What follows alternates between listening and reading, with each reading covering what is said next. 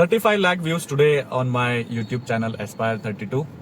Never thought I will reach here, at least in the beginning of my journey when I started it.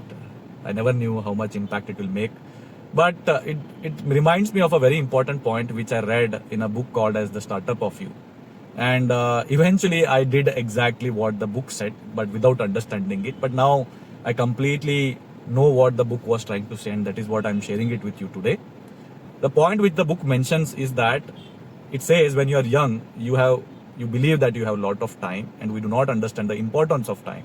So we invest our time in various projects.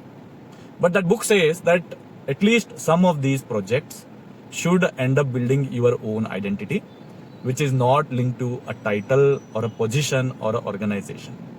What does it mean? Suppose you are known because of a title in an organization, and once you leave that organization, you might lose that identity, which you have built over a period of time, maybe 10 years, 20 years.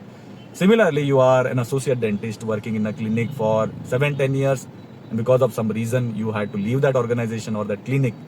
Then you might have to start again from the beginning because you might lose that identity because your identity is linked to that clinic.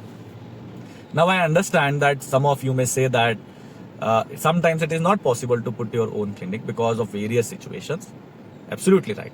But there are definitely different projects which you can work on, which will build your own identity, and you may not lose it over a period of time. My YouTube channel is one such example, and I'm sure that all of you can start.